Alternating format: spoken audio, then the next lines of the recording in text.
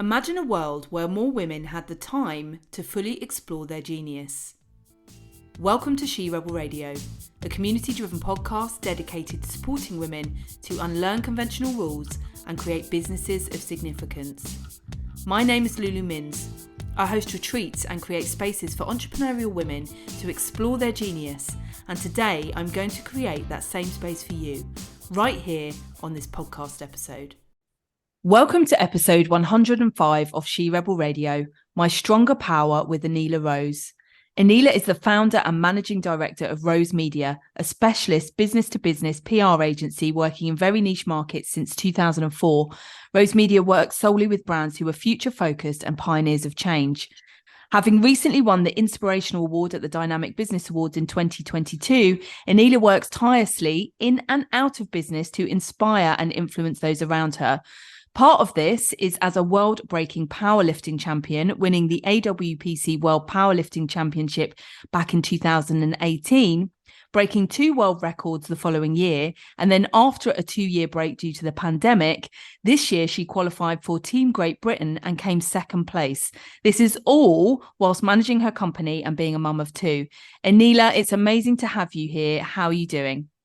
Lou, thank you so much. It's great to be here. And I'm doing great today, thank you. The sun has made an appearance, finally. So I've got a massive smile on my face. I'm very happy today. Yes, me too. It makes a massive difference, doesn't it, when the sun It comes does. out? It really does. Now, you started your business back in 2004. What or who was influencing you at the time, and what was your motivation to start working for yourself?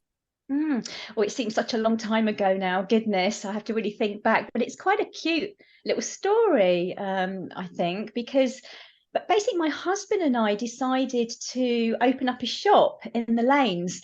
Gosh, almost 20 years ago now. Mm-hmm. And we sold sparkly clothing, a kind of East meets West kind of clothing, which kind of reflected him and I. And retail is very hard work and it's long hours. And because Yeah. I was also working kind of 4 days a week for an IT company at the time, as well as as head of marketing and PR, I was kind of holding down 2 jobs. So a friend of mine, whilst I was in the shop, she was launching a business and she asked me if I could help her with the PR. And it was often very quiet in the lanes on a Monday. And so I said to her, yeah, sure. When it's quiet in the shop, I will write you a press release and I'll do some outreach and contact some media for you. No problem. And you know what, Lou? She paid me £400 to write Amazing. this press release and to help her with her PR, the launch of her business. And my hubby, who's an accountant, actually turned around and he said, babe, you know what? You have just earned more money from doing this Mhm. PR work for your friend than we have in the shop today. You know what Yeah. you need to do? You need to start thinking about doing some freelance PR work. This is really exciting. And basically that's where it started. It kind of sowed the seed, I suppose, in terms of, oh, do you know what? I think I'm quite good at this PR malarkey. Yeah. I think I'll maybe resign from my job. That I was working there 4 days a week. I was on a good salary, financially very sound, secure. And the shop was going really well. We really loved it. It was loads of fun. I mean, who wouldn't enjoy working in the lanes in Brighton? It was just a hoot. Um, Yeah. it was Well, just a, I'm actually sat in the lanes in Brighton as we're are recording you? because my parents used to run a retail business here. So I know how tough that is. And I grew up in that environment. So I love that story and that very organic approach to your new business starting with someone Yeah, asking you to do what you were already great at. yeah. I mean, it hadn't occurred to me at all that I could become a freelance PR person. I'd never worked for myself. I had never been self-employed apart from when my husband and I set up this shop. Which was a bit of a dream of mine as a young girl. When I was little, I always kind of said to my parents, Mummy, Daddy, can I have a clothing shop when I'm older with my name in lights above the door? I remember that was my little dream. And yeah, lo and behold, decades later, my husband actually realized that dream for me. But because it was a new business, I couldn't really leave my job. So he basically ran the clothing shop because he wanted a change of career as well. And it was an amazing time. We look back at that so fondly, my husband and I. And actually, that's where it started for the both of us, certainly for me.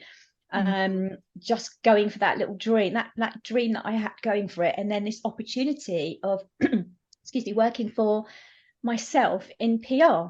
So that's what happened. So in 2004, yes, I set up Aneela Rose PR, nice imaginative name there for a PR agency.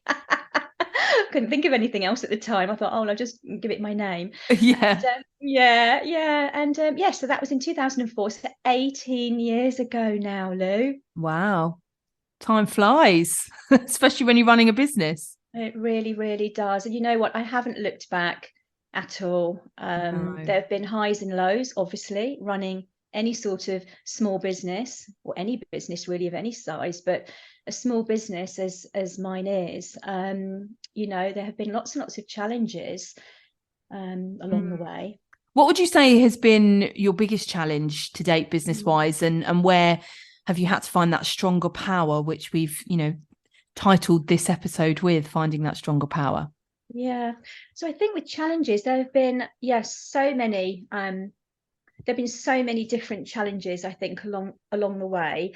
I think the main thing for me is that kind of route to growth, what I call that kind of growing circle.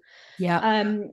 You know, as a small business, we often don't have, I suppose, that the funding or the finances or that size kind of to back us up to really go full hilt on everything I want to do. But I kind of have to work within my means, I suppose. But, getting, when we win business or taking on new staff, it's getting that balance right so that you can run your business effectively and efficiently. Do you get the staff in place before taking on business, or is it the other way around?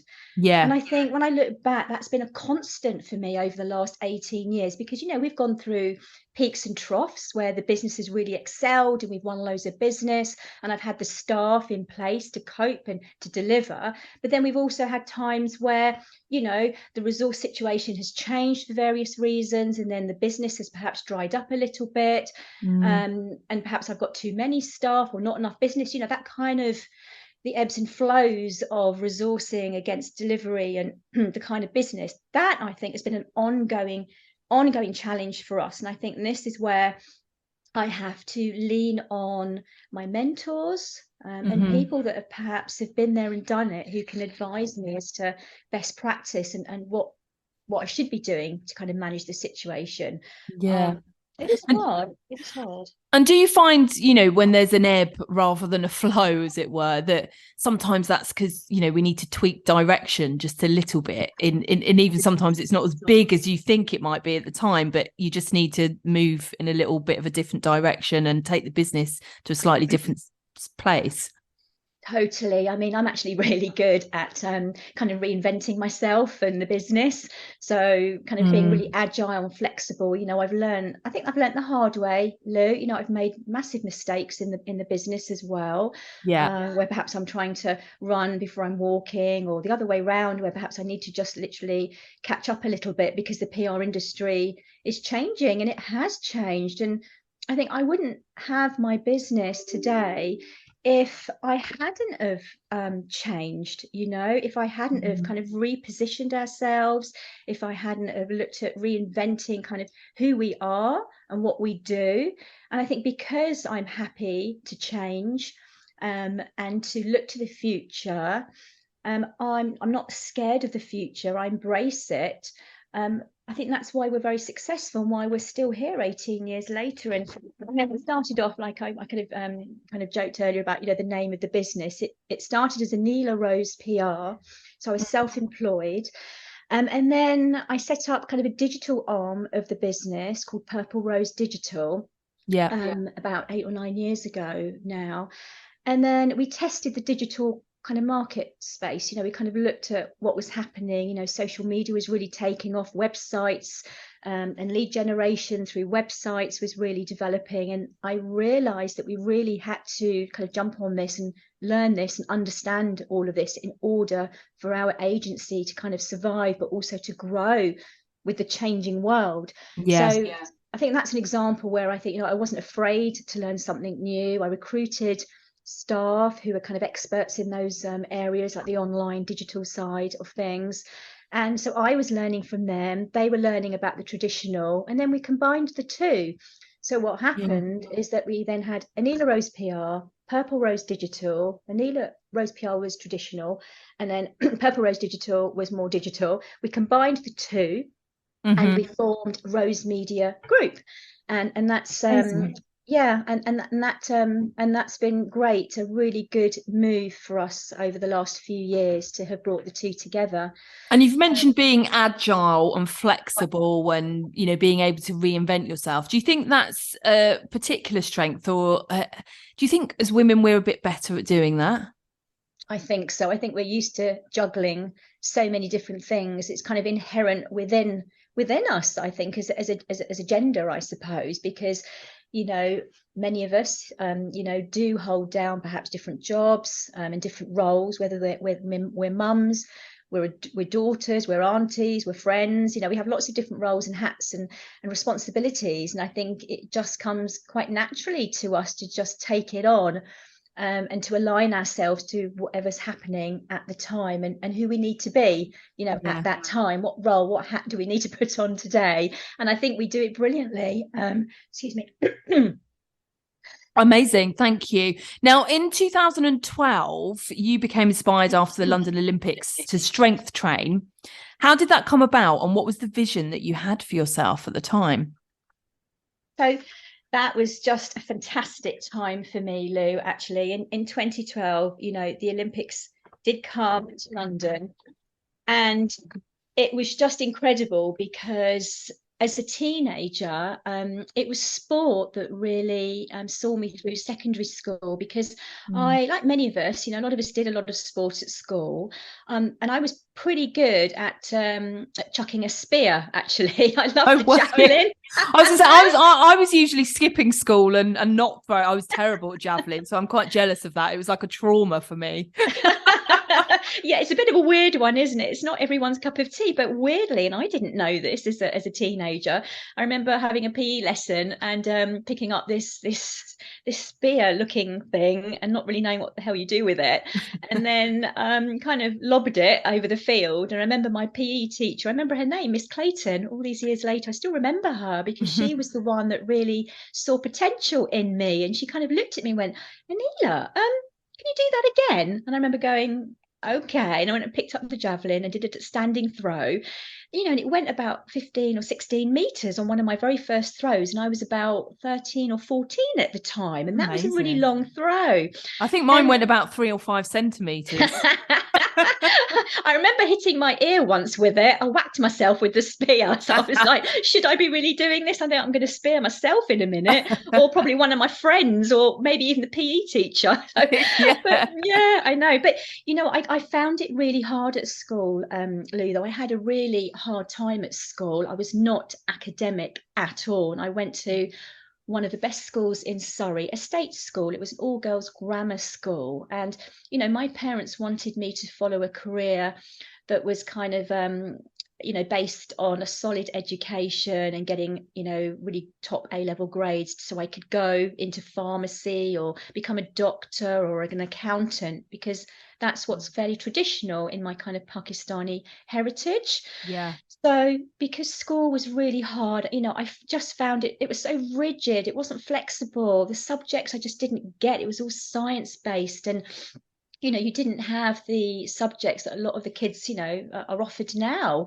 Yeah, it's a Um, bit more open now, isn't it? it is, isn't it? And more practical. And I find exams really difficult. I'm a real practical person and visual person. Mm. So I found that hard. And it was school, it was sport that saved me. It was sport at school that gave me my confidence, because I was actually good at something. Yeah. It made me happy, it made me confident. It was that kind of the opposite to what was happening academically. In sport, I was excelling. I was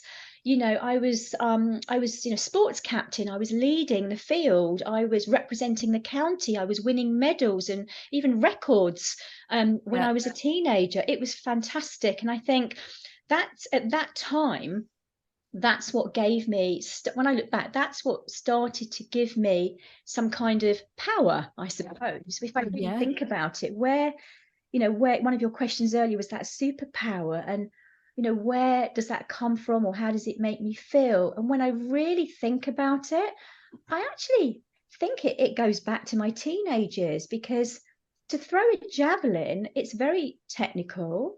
You Mm. need to really listen to your coach or your PE teacher at the time in terms of technique.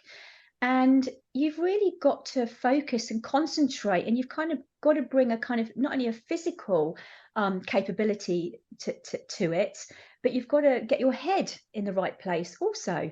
And I think, Yeah. for me, that kind of stronger power that you referred to earlier, that's, I think, where it started.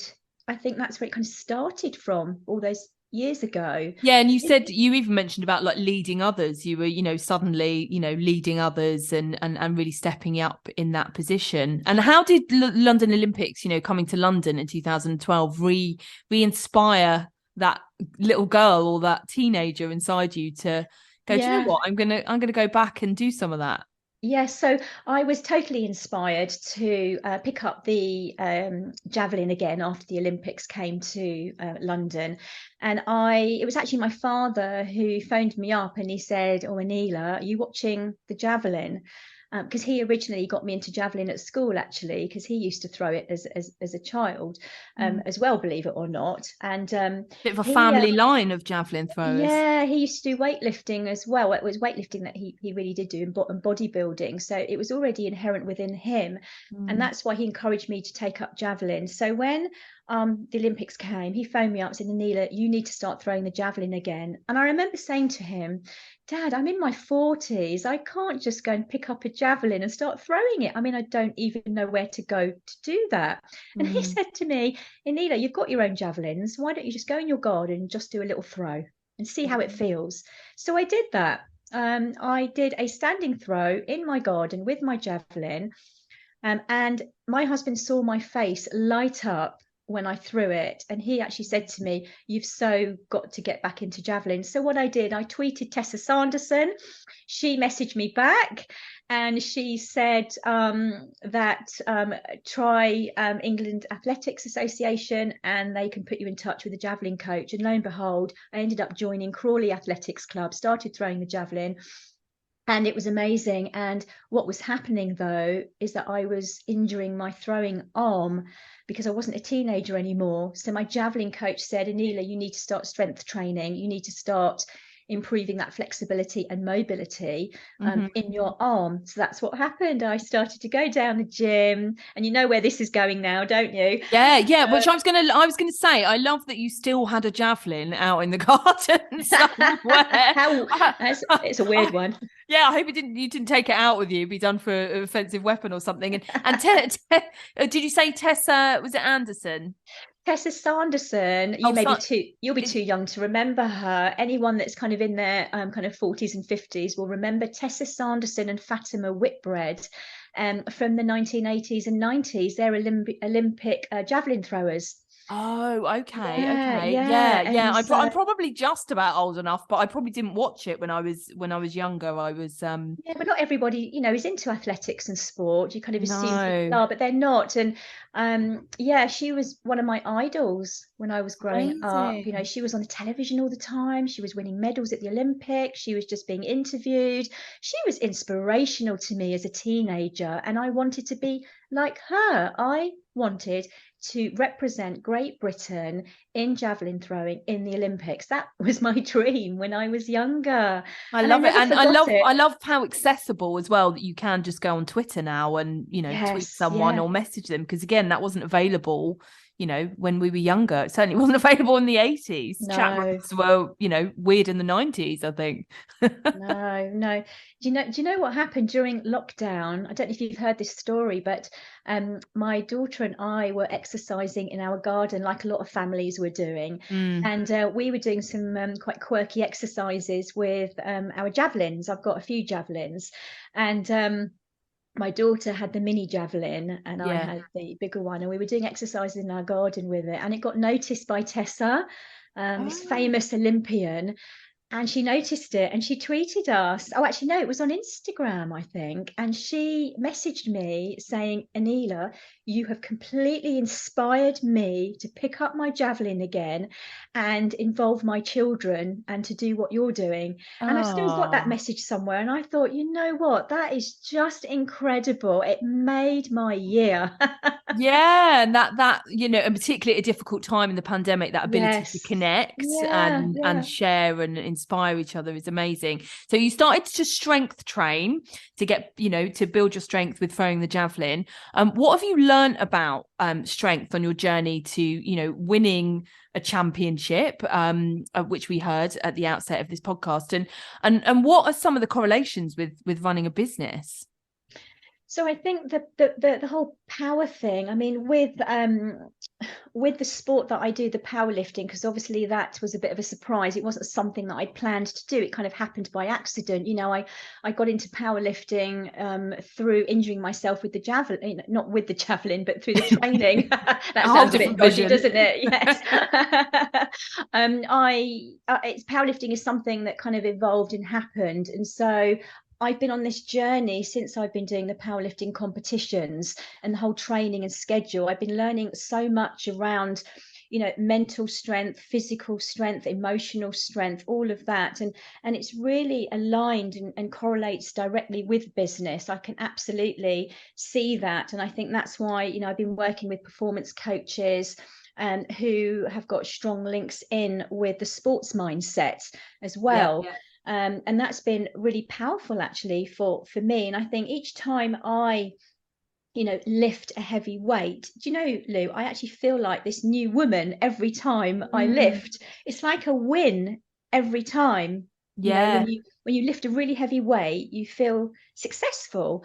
And I think that feeling that you get of success and achievement, naturally, you get the endorphins coming into your body and really helping to lift you. And I think that definitely when I come into work, when I've had a really great training session, and I train 3 to 4 times a week when I'm not competing, that I bring into my business, my team see it, and I can share all of this with my team as well in terms of how I have to get my head in exactly the right place in order to lift that really heavy weight.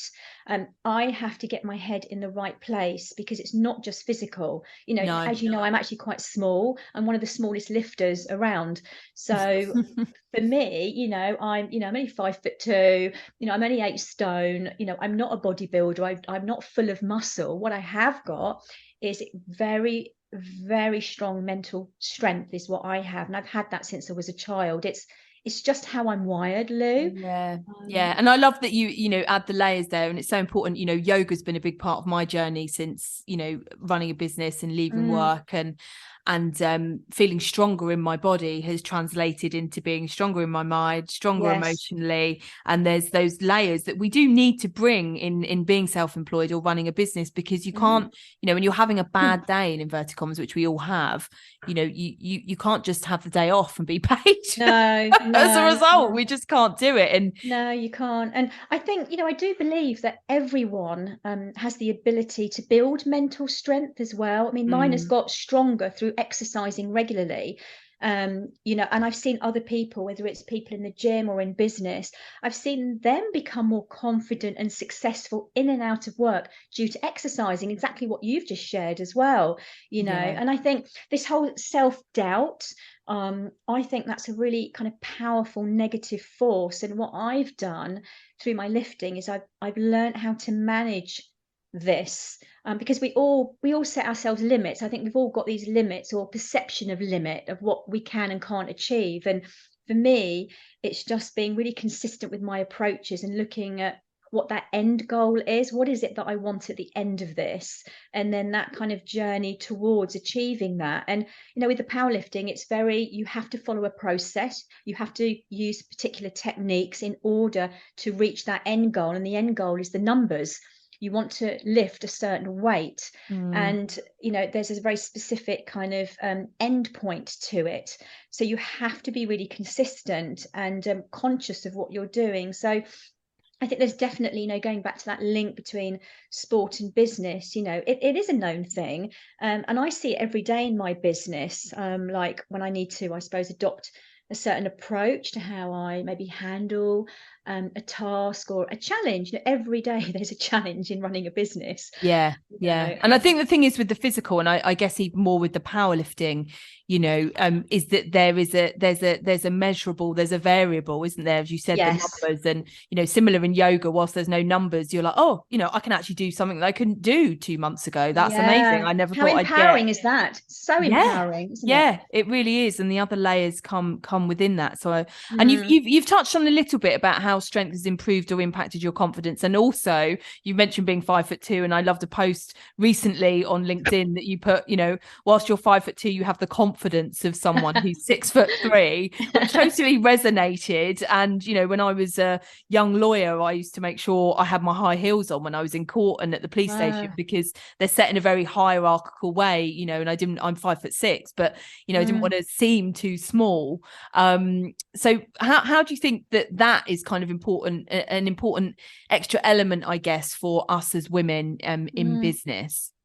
I think personally, I when I look in the mirror and I kind of like what I see, I think it lifts me up again. It makes me feel more confident and happy. I think the power of the body is so prevalent within us, isn't it? What's Yeah. visible can give you confidence and can have the opposite effect as well. So when you talk about height, you can, if you really focus in on that, it could bring you kind of into a downward spiral, because how we look really does affect our confidence. And I think, my weight has fluctuated my entire life, and I think probably a lot of women would understand that and relate to that. So before I started powerlifting, I was a bit heftier in my weight, and it's really helped to kind of curb those fluctuations in my weight. So I've seen results happen positively through my powerlifting.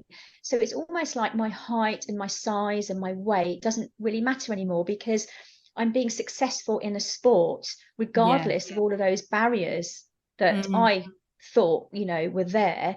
I've basically not overcome all of that, and it's now not a thing at all. And I think we kind of all want to be noticed, Lou, don't we? We do want to be noticed. I don't want to just blend in. It's interesting, because when I first started working, when I left uni, I kind of worked for a corporate, and I just did not take to it at all, because I really did feel like I wasn't being noticed. Firstly, there were just too many people. There was hundreds of employees, and I was stuck in a little room in a Yeah. massive building, and no one really knew who I was, and I didn't feel I had a voice. And I lasted a year, and after that I realized that, I want to work in a business where I'm going to be seen and heard, and I'm going to be listened to, because I want people to respect, the job that I'm doing, and that I have a voice. And I realized that quite early on in my career, and that's why I just love working in small businesses and with small businesses.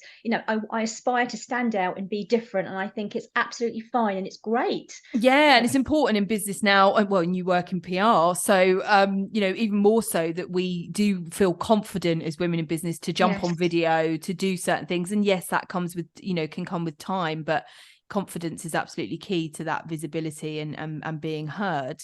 It's so important, isn't it? I've recently read Stronger by Paula Bell, who also does powerlifting, and she discusses at length, A, the lack of female role models in strength sports, and B, the lack of South Asian women who culturally are even less likely to be encouraged to take part in sports. What's been your experience of that, and how important do you think is it that we as women have role models in strength and sports? And just as an additional thing, do you think men having those role models has given them an advantage in the business world and positions of power? Great questions there, Lou.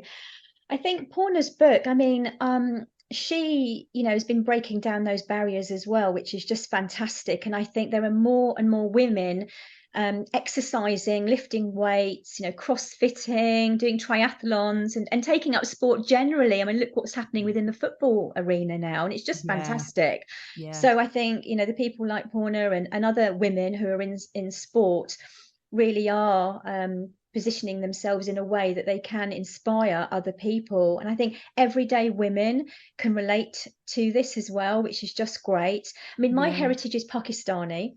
Mm-hmm. And I was brought up in a Muslim household, but we were actually quite a modern Muslim family. And as I said, my father was very sporty, so it was him who encouraged me to take up athletics because he could see I had a talent. So I think there's a male there, not only a male, but Mm. he's Muslim and he's older.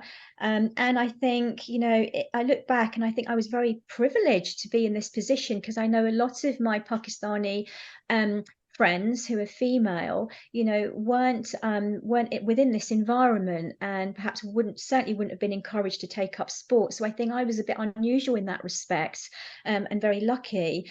But Yeah. I think it's quite a challenge. I can see that, and I think that's why it's more important than ever that role models and people like myself and Porna do actually, verbalize and showcase what can be achieved despite some of the potential barriers that could be in the way. Yeah. And I think, I've talked about some of the role models that I had as a teenager, like Tessa Sanderson and Fatima Whitbread. But as I've got older, you know what? Role models have become less important to me because I've actually always done things for me and no one Mm-hmm. else. And I think that's just how I'm wired. I've always been this way. And as I say, if something kind of drives me and makes me happy and makes me feel fulfilled and I like doing it, then why would I not kind of continue to do it? Yeah. But I think my inspiration actually, because I am still inspired, and I think like now, and the people that are kind of my role models are everyday people, and these are people that I engage with to help me reach my goals. So it will be my coaches. I've got 3 powerlifting coaches. I've got a nutritionist. I've got friends. I've got family. Mm. And I think all of those people are my inspiration. And I Yeah, I think think, what's really important that you've mentioned there, and actually Paula Bell mentions that in her book. I think her father also, inspired her in terms of powerlifting, and I've mm, reflected on my journey. As my father is a musician, but he's really inspired me to learn how to pitch. As a young lawyer, he really taught me how to use my voice. yeah, Whilst he does it singing on a stage, very different. I think it's important to recognize, our male role models as well, and how they've prepared us for the world, and as women, and them being mm, mm, open-minded in that respect. And thank you for sharing the football as well, because I found that I've always watched football in terms of World Cups and things like that, but the Lionesses this year, it was so inspiring and I was so yes. emotional at various points, and I've never really mm, understood why men are emotional with football. But all yeah, of a yeah, sudden I kind of felt that power of us as a yeah, collective of women, yeah. being able to achieve that. Yes, yes. I think you mentioned there about men, and you're asking about the giving men an advantage. And I think because us women are becoming more, at the forefront of sport, and we're verbalizing how we feel and our achievements, and we're talking more openly about all of this. Obviously, men are now able to hear and see and feel as well now, which I think is brilliant. So we're kind of Mm. they're learning, and they're hopefully being inspired by what the females in the world are able to achieve. And I think that's just a great thing. And it is fairly, the world is still fairly dominated by men, but boy, things are changing, Yeah, daily. You're yeah. just hearing inspirational female stories every day now, which is just immense. It's just brilliant. I love Yeah, it. yeah. And I think something important to recognize, the way the world used to be, there was an economic reason Yes, sometimes for that. yes. It wasn't all about keeping women down and in their place, but it really is changing. And I love as well that it's changing for, women in their 40s and 50s. You mentioned, starting in your Mm, 40s. mm. Why do you think more women should focus on their stronger power, and what term does that mean to you? And is it even more important for us, in our 40s and 50s, Mm. where again traditionally women were kind of written off, that we really step into that space even more? I mean, the whole stronger power element to all of this is so significant because I think it affects your whole being, isn't it? If you feel you've got some sort of power, that kind of inner power is kind of what I'm talking about here. You really do feel like you're on top of the world.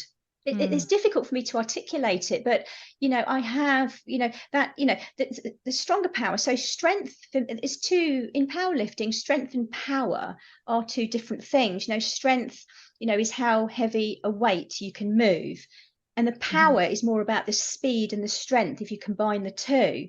So Okay. just imagine, by combining all of that together, what a thing is that, Yeah. It's incredible. So for women to feel that they have this kind of inner strength, this inner power, and actually having the support and the encouragement from others to use that and to dip into that to succeed, and that it's okay to do that, then it's obviously going to affect you in a really positive way. And that's exactly what's happened with me. The encouragement that I receive from people and the messages that I received, and because I am telling my story quite openly now, because people seem to want to hear it, because they feel they're getting something out of it, because it inspires them to perhaps push past that barrier or the limits that they've set themselves. Because they'll see, oh yeah, do you know what, Aneela's done this, and I can relate to Aneela. It means that I can do this. And for someone like me to inspire other women to push past what they thought was possible, for me, that's just incredible. And has it been strange for you that people want to hear your story? And has there been any resistance from you to kind of do that at first and think, well, it's just me, I just do what I do? How's that all kind of felt? Yeah. Yes, I think that there has been a little bit, and I often find it still, even now, sometimes a bit awkward when people ask me, how do you actually do what you do? It's something that I've had to really delve quite deeply to understand myself and how I roll, because it's just, as I said earlier, it's kind of just how I am naturally. I just crack on with things. I'm a doer. I do talk, as you can tell. I talk a lot, but I am a real doer. I'm very practical, and I'm super organized. I love achieving, because you know what, I'm only getting one chance at this life. And my father passed away just before COVID, and for me, that was kind of a game changer again for me, because I just felt that I just need to really keep doing as much as I can in my life, not only for my dad, but also for my kids. I'm a mum, and I obviously adore my children, and they are the next generation, Lou. They are the Yeah. ones that are going to take us forwards, in the years to come. They're our foundation for this earth, and our life on Yeah. earth here. And, And at a very challenging time, I think, as well. very challenging indeed. And I need to keep inspiring and being there for my children, and obviously also my team at work are really important to me. And if I can inspire them, encourage them, and look at what's possible so that they can fulfill their own dreams, and if it helps by me sharing my stories and the challenges that I've had, and the mistakes that I've made, the failures that I've had, if that actually helps others, because they'll be able to relate to where they are and what they've done or not done, then great. I will keep sharing my story, and I'm happy to do that, because I think, I'm older and wiser now. Well, I hope I'm wiser. And I think I'm really confident now. It's taken me a long, long time, decades, to get to this stage in my life where I'm happy with who I am. I accept now who I am. I'm not trying to please anybody other than myself. And I try and make decisions now based on whether, you know, it's right for me, and will it give me the outcome that I really need. And at the moment, what I need is to feel good about myself, to give me that inner strength, the mental strength to keep going, because life isn't actually getting any easier, Lou, is it? No, no, no, absolutely not. It's harder and harder. And I think we have to all help each other, support one another, and certainly for our children and that generation, it keep motivating them to believe in themselves, and that they are the future, and that they've got this, and that we have got their back as adults. We've got their back, and we're that bridge to support them so they can achieve. And they've got that stronger power. Yeah, absolutely. And they've got So, that stronger power. It goes back to that power again, doesn't it? That inner yeah, belief, inner power. And if you, people like you and I and all the other women who are succeeding, if we can help those younger than us to, you know, drive forwards, then it can only be a good, positive thing, huh? it can, definitely. So finally, before we go, how do you have time to fit it all in, and what is next for you? I bribe my husband basically every day. Good for you. Use and abuse, that's what I say. With the husband, yes. He's amazing, you know. He is like the core of my life, and I think without him, I wouldn't really be able to, I wouldn't have the childcare, I wouldn't have the emotional support that he gives me every day to be able to do what I do. He is absolutely my rock in the heart of everything I do. And I think I'm a highly scheduled person. I'm always on fire, Lou, you know, and I'd rather take action than sit back, you know, and the grey hair definitely kind of shows all of that. So I've got great support. I'm very scheduled. I'm super organized. I delegate my work to my team as well. So we all have kind of a clear vision and a pathway. So in terms of the business, you know, we know where we're going, and the financials are all in place as to where we want to go. And I've got my plan. And you know, with a new management structure within the business now and that clear vision, you know, we're hoping that we are going to reach our goals within the next 3 to 5 years. And I fit it all in by breaking down the personal vision and goals that I have and the business vision and goals and my family side. And I link them all up and make sure that they all work really cohesively. If that makes kind of any sense. It does. Amazing. Thank you so much for sharing your stronger power with us, Aneela. Thank you for inviting me to talk to you, Lou. I've really enjoyed it. You've been listening to She Rebel Radio.